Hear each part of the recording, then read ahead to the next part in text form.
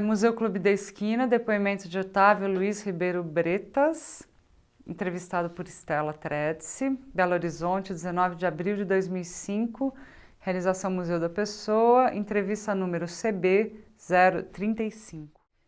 Então, queria que você começasse falando seu nome, local e data de nascimento. Meu nome é Otávio Bretas, o pessoal me conhece como Tavinho Bretas, às vezes Tavinho das Panelas também.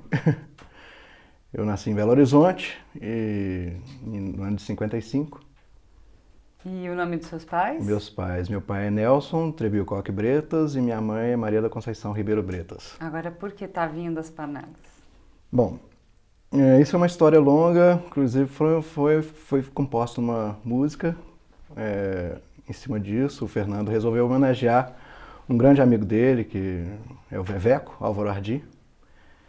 E o Milton fez uma melodia, ele resolveu fazer uma letra baseando nas pessoas que eram meio multimídia. O Veveco sempre gostou de várias coisas, de cultura, além da arquitetura. Então a história começou como biscateiro. E pelo fato de eu também ser curioso em várias áreas, né? Tanto na área de design como música, foi feita essa música. E o Tavinho das Panelas virou pelo seguinte: às vezes eu ligava para casa do Fernando Brant, quando o Milton vinha visitá-lo aqui em Belo Horizonte. Aí o pessoal do telefone me perguntava: mas quem quer falar com ele? Você é o Tavinho, mas é o Moura ou das Panelas? Porque eu trabalhei com pedra sabão durante muitos anos e uma das minhas marcas era dar de presente para o pessoal, né? Os amigos eram panelas de pedra sabão. O Fernando foi agraciado com alguma dessas panelas, então ficou Tavinho das Panelas. E a música Vevecos, Panelas e Canelas foi mais ou menos uma homenagem em cima de três amigos. O Canela é o Chico Canela, que mora em Três Pontas, que nunca está presente, né? Agora, infelizmente, o Veveco foi o principal homenageado nessa história também. Deus resolveu convidá-lo para fazer uma obra arquitetônica lá no céu, então ele não está mais presente também. Tá, muito, muito legal, né? Fica uma boa lembrança, Uma boa lembrança aí, né? E eu queria que você contasse um pouquinho, Tavinho, como é que você conheceu o Milton Nascimento? Bom, eu vim conhecer o Milton Nascimento por volta de 78, por aí, mais ou menos nessa época, eu não recordo muito bem. Eu tinha uma relação com o pessoal do Clube da Esquina aqui em Belo Horizonte, uma relação superficial. Conhecia já o Lô, o Flávio Venturini, o pessoal, os músicos todos que tocavam com eles, o Paulinho Carvalho, essa turma toda, pelo fato de eu me envolver com música também. Às vezes até, como eu tinha uma banda de rock and roll, uma vez o Lô chegou a pedir amplificador emprestado para ele e o Beto Guedes ensaiarem para um show que acho que tem na Bahia, eles estavam ensaiando lá no Senai, não sei, um teatrinho lá no centro da cidade. E o Milton, eu cheguei ao Milton através de um grande amigo, chama Keller da Veiga, atualmente ele é cenógrafo da Globo. Ele é trespontano, arquiteto e cenógrafo, e é músico também, um grande pianista. Compõe, é um cara muito interessante. E ele, quando mudou para Belo Horizonte, começou a estudar arquitetura aqui, acabei me encontrando com o Keller, através de uma amiga também comum, que é a Wanda. E o Keller, com esse envolvimento de música e tal, numa das idas a Três Pontas, apesar de frequentar Três Pontas desde 73, como eu trabalhava com pedra sabão, a gente fornecia para algumas casas, algumas residências, alguns detalhes em pedra sabão. E nessa época eu fiquei conhecendo o Keller, e através do Keller, uma das vindas do Milton aqui para Belo Horizonte, a gente saiu para uma pizzaria. E eu disse: não, você tem que conhecer um grande amigo da gente, que é músico, adora música, adora o seu trabalho e tal. Foi uma grande reunião de amigos. E foi mais ou menos assim que eu conheci o Milton. Foi uma mudança realmente na minha vida, que a partir dali acho que os caminhos foram direcionados mais para essa área de música. Ainda não tinha uma visão do que eu ia realmente mexer com, que eu já estava estudando desenho industrial na época, né? E através do Milton, através do escritório da Quilombo, eu fui direcionado para essa área de produção, de design gráfico e tudo mais, né? Conta um pouquinho como foi essa sua experiência nessa produtora que se chama Quilombo, o que você fazia? A Quilombo era a empresa do Márcio Ferreira, que era o antigo empresário do Milton. que veio a falecer também, já faz, eu acho que vai fazer 9 anos, se não me engano. E quando eu trabalhava com a Pedra Sabão, em 79 eu saí da empresa. Eu estava desempregado e tal, eu fui acabar passar uns dias lá no Rio, na casa de um apartamento do Milton e tal, para procurar esquecer um pouco do mal-estar de ter saído do emprego. Meu pai tinha recém-falecido e tudo mais. E nessa época, o próprio Milton falou assim, por que você não tenta algum trabalho lá junto com o Márcio Ferreira, que já estava começando a assumir a questão de empresariamento do Milton, né? Ele começou por volta de 79, 80. E aí comecei a fazer alguns trabalhos como freelancer, como curioso nessa história, né? Porque até então não tinha nenhuma experiência. E o primeiro trabalho que eu me envolvi realmente foi a produção da Missa dos Quilombos, que foi em 81. Quer dizer, era um jovem garoto inexperiente trabalhando num projeto que era muito grandioso, que envolvia bailarinos, cantores, tinha um coro, tinha um grupo de percussionistas, vários músicos, o Milton, celebrantes. E nessa época o Márcio Ferreira me chamou para trabalhar como assistente de produção dele. E para mim, pô, um convite primoroso, né? Porque era uma oportunidade de eu aprender como é que se fazia uma produção. E no meio do caminho, o Márcio Ferreira resolveu viajar para Carajás. Estava na época da implantação do centro urbanístico, não sei, em Carajás. Ele viajou e deixou tudo na minha mão. Resultado, eu fui parar no hospital com tanta loucura que aconteceu. Mas foi uma experiência fantástica. Foi um trabalho muito gratificante, um trabalho belíssimo. Envolvi com todo tipo de gente, pessoal de Recife, que trabalhou, sabe, com muito empenho. Os próprios, tive prazer de conhecer o Dom Pedro Casaldáliga, o Dom Helder Câmara. São pessoas maravilhosas, né? E a partir daí, eu acho que foi o primeiro grande trabalho. Depois veio a gravação do disco da Missa dos Quilombos, que foi no Caraça. Eu trabalhei como assistente de produção. E aí os projetos foram desenvolvendo dessa forma. Trabalhei até por volta de 85, a época que eu trabalhei na Quilombo. A gente tinha um projeto lá fantástico, era o projeto de divulgação de música popular brasileira no interior de Minas, que o Milton, fazendo essas turnês pelo Brasil, ele começou a observar que várias cidades no interior de Minas não tocavam música popular brasileira. O que acontecia? As multinacionais mandavam os enlatados para as rádios. Então, assim, a nossa juventude começou a ficar meio burra, meio desinteressada com a música popular brasileira. Só escutava um certo tipo de música de péssima qualidade. E o Milton teve essa ideia fantástica de fazer uma distribuição de música popular brasileira pelo interior de Minas Gerais. E criou-se o programa, a princípio tinha o nome de Catavento. Inclusive o Demerval, que é o nosso técnico de som atual, era o que trabalhava nessas edições do Catavento. Então era um programa de 1 hora semanal. Todo sábado eram 72 cidades no interior de Minas recebendo esse projeto. E começou a ter uma audiência muito boa.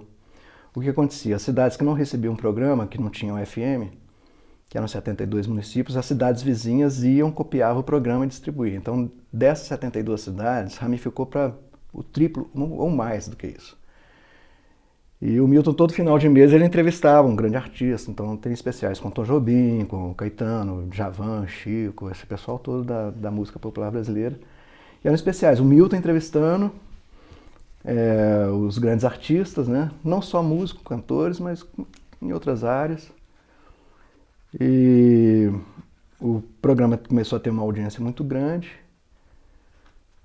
E com o tempo, acho que a gente não conseguiu um patrocínio pro ano seguinte e tal. Acabou que o programa ele mudou de nome, passou a ser Trem Azul. Na época da minha saída, ele mudou para Trem Azul. E eu acho que esse programa durou mais 1 ou 2 anos, se não me engano. Mas foi um trabalho muito importante. E eu acho que boa parte dessa geração mineira foi muito favorecida com esse programa idealizado pelo Milton, de estar divulgando a música popular brasileira, mineira, inclusive sem discriminação nenhuma, a gente trocava muita música instrumental, que na época estava começando a ficar em evidência, muita produção independente, né? Tinham selos que não eram vinculados com a multinacional, a gente não tinha nenhum compromisso com ninguém. Não tinha história do Jabá tocar o sucesso, né? Então a gente tocava o que realmente era interessante para o programa.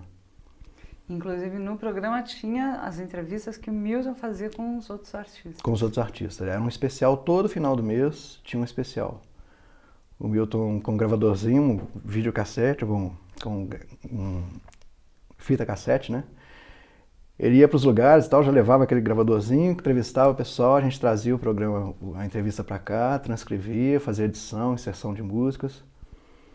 E aí era distribuído nessas cidades do interior de Minas. Teve outras cidades no interior de São Paulo, porque chegando no sul de Minas, chega até São Paulo, até a divisa da Bahia, teve muita gente interessada. Mas aí o programa estava muito limitado, porque o patrocínio era curto e as próprias rádios do interior não tinham recursos para fazer a permuta de fita, né? Que funcionava num sistema de rodízio, né? A gente mandava o programa, a gente tinha 2 fitas com a gente, enquanto eles estavam transmitindo o programa, a gente ia gravando e ia fazendo esse sistema de rodízio. Tavinho, eu só queria que você voltasse um pouquinho na Missa dos Quilombos, porque a gente está falando com um público bastante jovem, Sim. Dos internautas, né? Do público. Tá. Tem fãs que escrevem pra gente que tem 19 anos, 18 anos, muita moçada. Queria que você descrevesse, explicasse o que é esse espetáculo, o que foi o espetáculo, como era, o que era, por que foi tão marcante. A Missa dos Quilombos, ela começou a partir de um convite do Pedro Casaldário e do Pedro Terra, que foi feito ao Milton Nascimento para assistir uma missa da Terra Sem Males, que é uma missa do reconhecimento da Igreja Católica, na verdade a Igreja Brasileira, né? O que eles fizeram com a cultura indígena. Então é uma missa como se estivesse pedindo perdão pelo que eles fizeram com a cultura indígena. Então a missa foi composta, eu não sei o autor, não conheço o compositor. O Milton foi convidado para assistir essa missa. E aí, a partir daí, surgiu-se a ideia de fazer o mesmo com o negro, né? Que eles tiveram o mesmo procedimento com os africanos que vieram para cá, tentar dizimar a religião dos africanos e tudo mais. Graças a Deus o negro teve a malemolência de arranjar um jeitinho, né? Que é os santos dele através da Igreja Católica, substituindo os santos do Candomblé pela Igreja Católica. Então criou-se essa missa, é uma missa realmente na íntegra, né? Com todos as partes da missa, ofertório, consagração, comunhão. A primeira missa foi celebrada com o corpo de Cristo presente. E é uma missa baseada nisso. É uma missa conscientizando do que foi feito e exaltando também a questão da cultura negra no Brasil. E foi um trabalho muito bonito, um trabalho emocionante, com um sermão do Dom Helder Câmara, fantástico, que é o Lavação a Mariama. Ele faz existe isso em CD, acho que é interessante que as pessoas não conhecem, saiu pela remasterização da Polygram. E é uma missa, como é que eu poderia colocar? Baseado exatamente nisso, nessa questão da Igreja Católica, né? Essa missa ela foi proibida pelo Papa.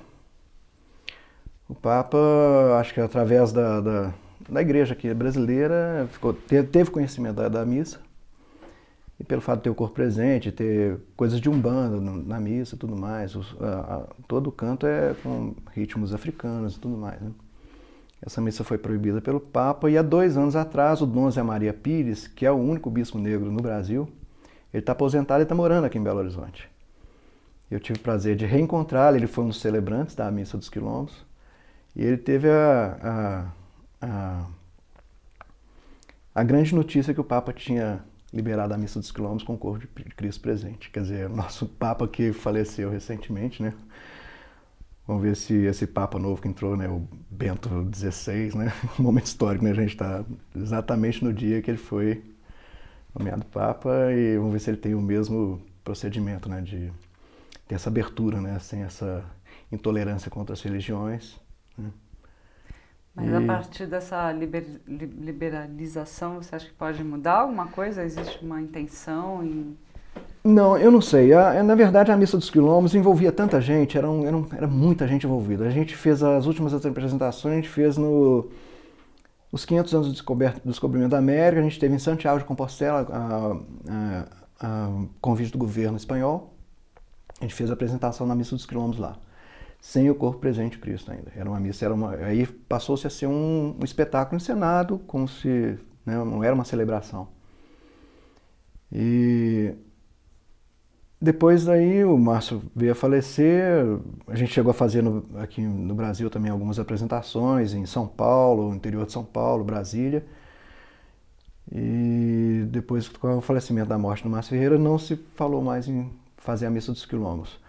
Existe um grupo no Rio, que através do Túlio Mourão, que era um dos músicos da Missa dos Quilombos, que tocava. O primeiro músico era o Flávio Venturini. Depois o Túlio, como era da banda do Milton, ele foi convidado para participar dessas músicas, dessas missas mais recentes.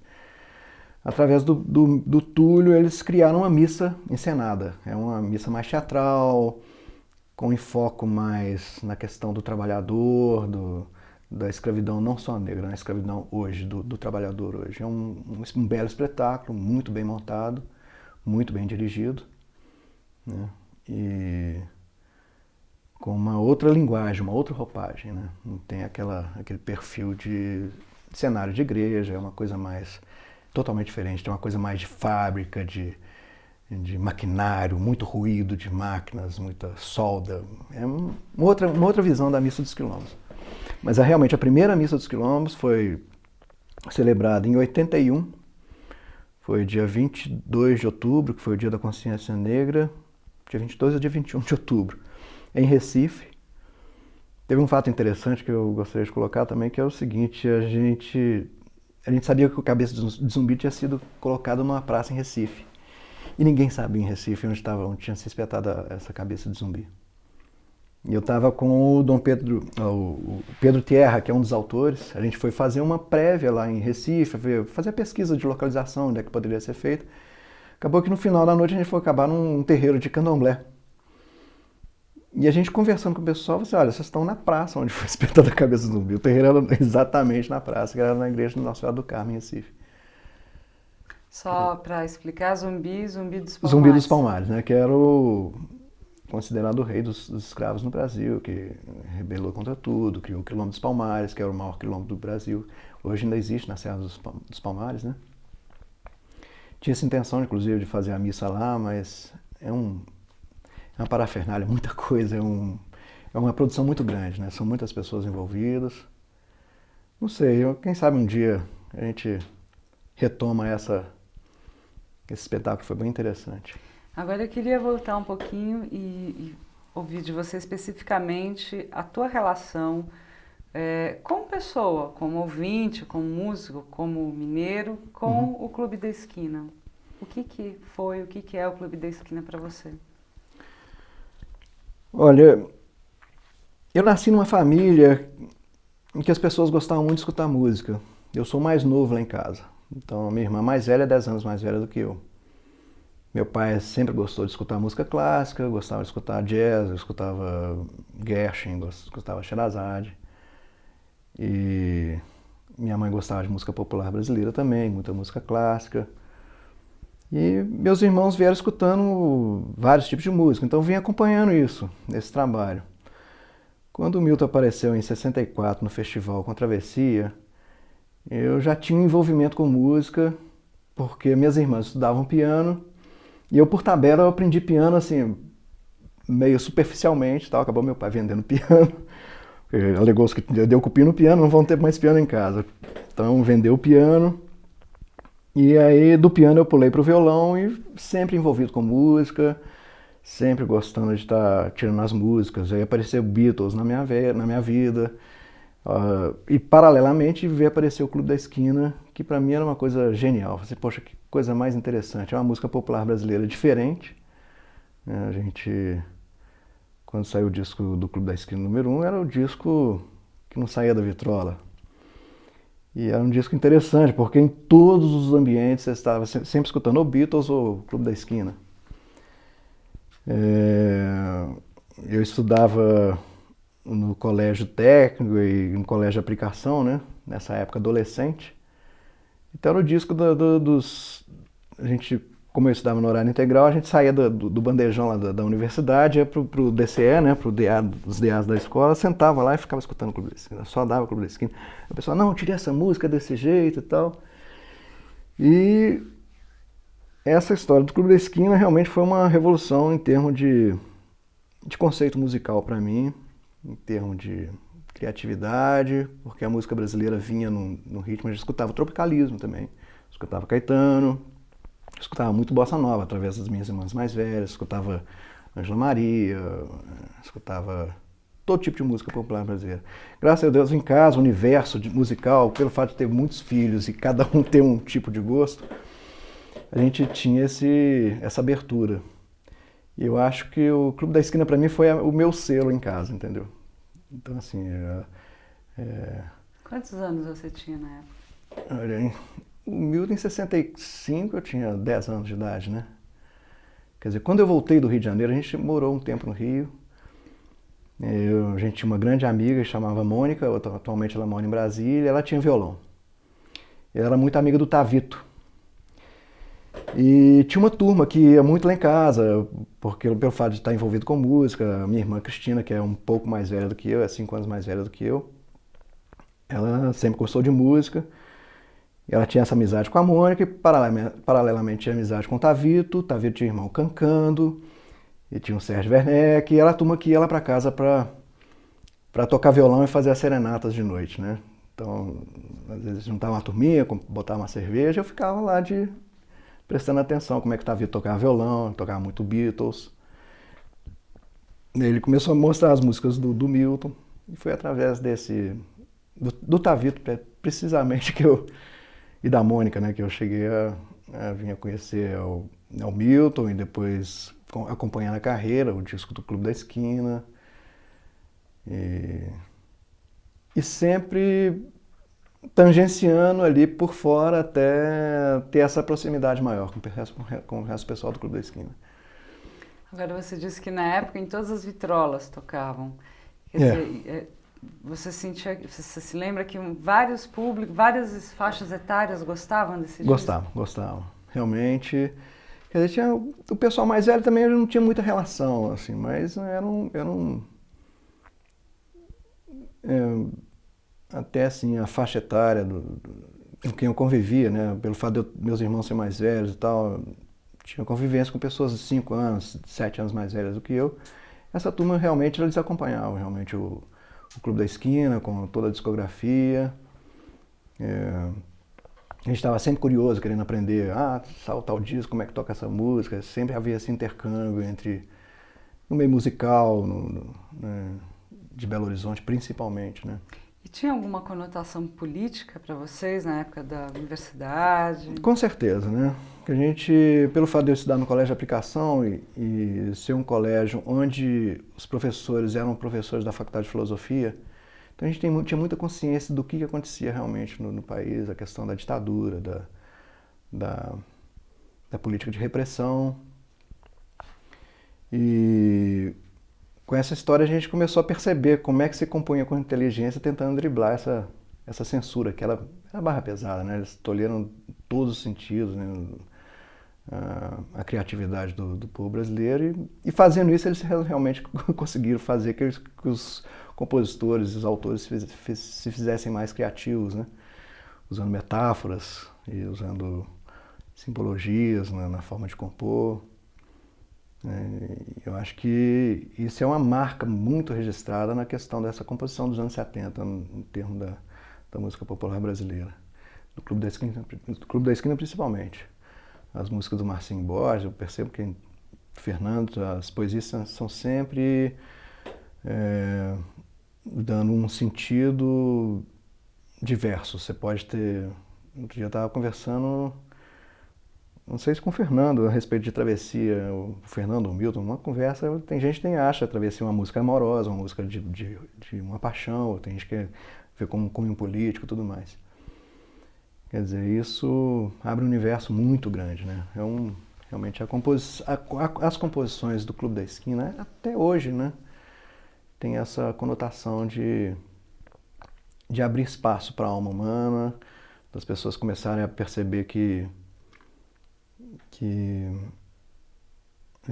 existe uma outra forma de pensar, uma outra forma de interagir, sabe, de se relacionar. Eu acho que marcou uma geração muito grande. Eu vejo hoje meus colegas de escola, que a gente sempre reúne nas últimas quartas-feiras do mês, que são colegas que formaram há 30 anos atrás, até hoje a gente se reúne. E a gente comenta sobre isso muito, sobre o que foi a nossa educação, o que a gente escutava na época, né? E realmente é um marco nessa questão de aculturamento da mocidade. Em Minas Gerais foi muito forte, foi muito forte. As pessoas realmente estavam inteiradas no que estava se fazendo aqui, não só na música de todos, né? Milton, Fernando, Marcinho, Lobo, Beto, Toninho, Wagner, Nivaldo com a música instrumental, né? E isso abriu o leque fez escola de muita gente, né? Hoje você tem compositores aí que... Hoje o Flávio Henrique, por exemplo, que é um grande compositor, produziu um disco, ele fez uma música com a letra do Marcinho Borges, né? Que é uma música, eu falei assim, olha, tem uma música lembra muito o Clube da Esquina. Eu falei assim, não é essa que vai estar no disco. É uma música bonita, chama Azul de Passagem. É uma música muito bonita. E você estava falando que vocês ouviam Tropicália, né? Outros bossa nova. Com certeza. Você sente que dá para dizer para você, enfim, que o Clube da Esquina é um movimento, pode ser considerado um movimento musical? Eu considero... O mineiro não faz muita propaganda do que faz, né? O mineiro é muito tímido, muito retraído. O baiano já é mais passivo, né? Então a Tropicália ela entrou realmente como... Hoje você vê a música, o axé, como sempre o baiano está sempre na mídia, está sempre divulgando. Mas foi, para mim, tão paralelamente ao tropicalismo, que eles consideram o maior movimento de revolucionário da música brasileira, isso eu questiono, entendeu? Porque paralelamente a isso, eu tinha a turma do Clube da Esquina fazendo outro tipo de composição, você tinha Edu Lobo fazendo uma música inteligente pra caramba, o Chico Buarque, Dori Caymmi, toda essa geração aí que a gente teve a sorte, né, de estar presente, né, estar escutando e estar com esse tipo de qualidade de música. Realmente uma geração, uma fertilidade em criação que foi inigualável. Eu acho que hoje existem bons compositores também, mas foi uma coisa marcante. Talvez, não sei se pela idade que a gente tinha na época, de curiosidade, então você estava sempre curioso em escutar tudo, né? Pô, o Chico gravou um disco, aí vamos lá comprar o disco novo dele. Hoje eu não tenho essa coisa de estar sempre comprando discos novos, por exemplo, do Skank ou do Jota Quest, que é a nova geração, né? Eu conheço o trabalho deles, né? Mas isso fica para a geração que veio atrás. Eu acho que é um ciclo, né, de vida, isso vai ser sempre assim. Mas hoje em dia eu vejo meus sobrinhos, eles escutam o Clube da Esquina e adoram, né? Então tem uma identidade. O que foi dito naquela época é eterno, entendeu? Os sonhos não envelhecem, né? Como diz o Márcio Borges, né? E aqueles sonhos hoje não envelhecem. É o próprio sentimento do humano, eu acho que deixa você assim muito ligado ao que foi dito naquela época. E voltando, né, resgatando o que foi daquela época, o que você acha desse projeto do Museu do Clube da Esquina? Olha, é uma iniciativa fantástica, porque até então eu acho que pelo fato de ter sido um grande movimento da música popular brasileira, ter sido gerado aqui em Minas Gerais, e que as pessoas estão vivas hoje, estão participando disso, isso é super importante. Isso é uma coisa que daqui a 100, 200, 300 anos, o acervo que vai estar guardado com uma coisa real, viva, vai ser impressionante. Hoje existe outros projetos, um projeto de centro de referência da música mineira, né, que é um projeto da Petrobras, E eu conversando com o pessoal que está envolvido nesse trabalho, o que eu sinto de referência da música mineira? Se você for começar a fazer um levantamento, você tem que começar desde o barroco, desde os compositores da época do Ouro Preto, o que existe de acervo de música barroca naquela época. Né? São padres mulatos que compunham, né? O Dom José Maria, por exemplo. E o centro de referência da música mineira tem que ser muito abrangente. Então, o que vai acontecer? O que tem de registro daquela época são partituras que foram preservadas pela igreja. Fora isso, você vai pegar as composições do final do século. Vai ser muito difícil você achar, você percorrer a cidade interior e pegar compositores que compunham valsinhas ou choros, ou próprios sambas mesmo, né? No final do século ou no início do século. Isso é muito difícil de resgatar. E isso que está sendo feito hoje, do Clube da Esquina, vai ser um marco. Eu acho que as pessoas estão aqui para depor, né? É importante que fique esse registro, e hoje a forma como guardar isso é mais prático, né? Tudo digital, tudo... hoje e o acesso a essa informação é muito interessante através de computador, internet. E eu acho que é uma ideia fantástica do Márcio, através do pessoal do Milton, Ronaldo, Lu, Beto. Isso é importante que se tenha essa documentação guardada e preservada. Hoje vamos comparar isso ao que se fizeram com a obra de Bach, né? Bach, a família dele preservou toda a obra dele. Não existia um clube de Bach, mas hoje você tem no mundo inteiro, você tem a obra toda de Bach, tudo que ele compôs a vida inteira. E isso é eterno, nunca vai acabar. E eu acho que a importância do que foi composto e que vem sendo compondo do Clube da Esquina, que abriu o leque, hoje tem outras pessoas que estão envolvidas, né? Esse registro é muito importante como referência, né? Raiz mesmo, né? De informação, o que era feito, o que foi feito, o que vai ser feito daqui a um tempo, né? Eu acho muito importante esse trabalho. Tá bom, obrigada, Tavinho. De nada. É isso aí, ótimo, tá vendo?